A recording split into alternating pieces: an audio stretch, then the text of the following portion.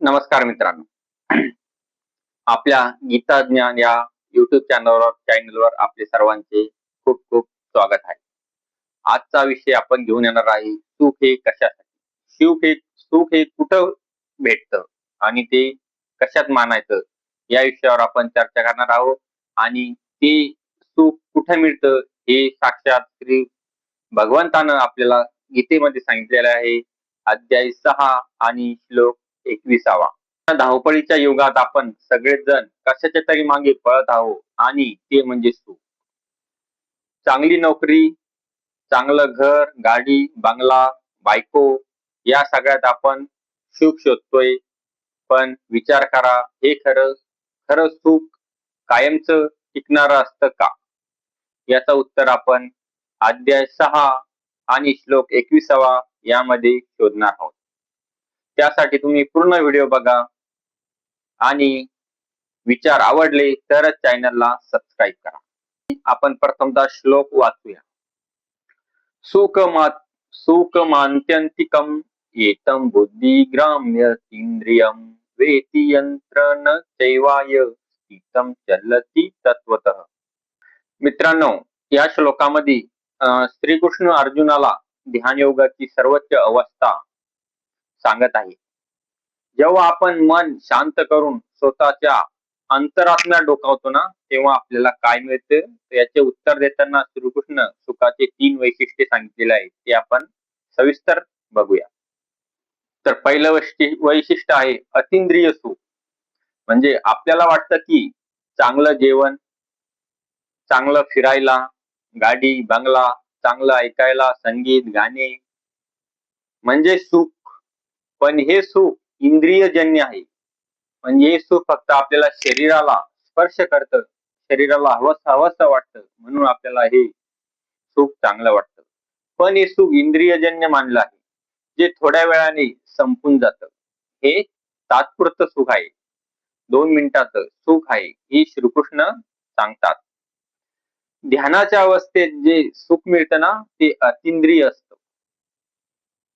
अतींद्रिय म्हणजे अनंत काळ टिकणार सुख आणि इंद्रियजन्य म्हणजे हे तात्पुरतं सुख. आणि लोक या तात्पुरत्या सुखाच्या मागच धावत दिसताना पळताना आपल्याला सध्या दिसत आहे. तर आपल्याला इंद्रियजन्य सुख नकोय, तर आपल्याला अतींद्रिय सुख पाहिजे. अनंत काळ टिकणार सुख आपल्याला मिळालं पाहिजे. म्हणजे त्याला कोणत्याही बाह्य वस्तूची किंवा इंद्रियाची गरज नसते. हे सुख केवळ आपल्या शुद्ध आणि स्थिर बुद्धीनेच अनुभवता येतं. त्याला म्हणतात इंद्रिय. दुसरे वैशिष्ट्य म्हणजे आत्यंतिक सुख. म्हणजे संसारातील प्रत्येक सुखाला एक मर्यादा असते, पण आत्मज्ञानातून मिळणारा जो आनंद हा आत्यंतिक म्हणजे अनंत असतो. म्हणजे ज्याला आपण परमानंद म्हणतो, हा आनंद कधीही कमी होत नाही, तो परमानंद याला म्हणतात. तसेच तिसरे आणि महत्वाचे वैशिष्ट्य विचलित न होणे. स्थिर बुद्धी असणं म्हणजे सुख. आणि विचलित मनस्थितीचा असणारा गोंधळलेला माणूस हा कधी त्याला सुख प्राप्त होत नाही. त्याच्या जवळ सुख असलं तरी त्याला ते अनुभवता येत नाही, असा चिलबिचल भरकटलेला व्यक्ती आहे. श्रीकृष्ण म्हणतात की स्थित ज्वलंती तत्वतः.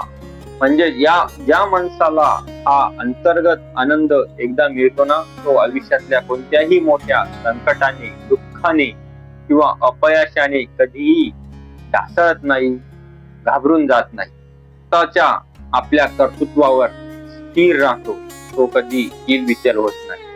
दैनंदिन जीवनात याचा वापर कसा करायचा? आता तुम्ही म्हणाल की आम्ही तर सामान्य संसारी माणसं आहेत, मग आम्हाला हे सुख कसं मिळणार? मित्रांनो, यासाठी हिमालयात जाण्याची गरज नाही. 10-10, 9-9 वर्ष तपश्चर्या करायची नाही. जे आपल्याला ऐकायला मिळतं ते करायची गरज नाही. रोजच्या धावपळीतून फक्त 10 ते 15 मिनिटे स्वतःसाठी काढा आणि शांत बसा, डोळे बंद करा आणि ते नाव घेत ध्यान करा. जगातून काढून स्वतःकडे केंद्रित होईल तेव्हा तुम्हाला अंतर्गत शांततेचा अनुभव येईल. हीच या श्लोकाची खरी शिकवण आहे. हीच खरी शिकवण आपल्याला साक्षात भगवान श्रीकृष्णानं या श्लोकातून सांगितलेली आहे. तर मित्रांनो, श्रीकृष्णाने सांगितलेला हा परमानंद मिळवण्यासाठी आजपासूनच रोज थोडा वेळ ध्यान करायला सुरुवात करा. आपण त्याला मेडिटेशन म्हणतो.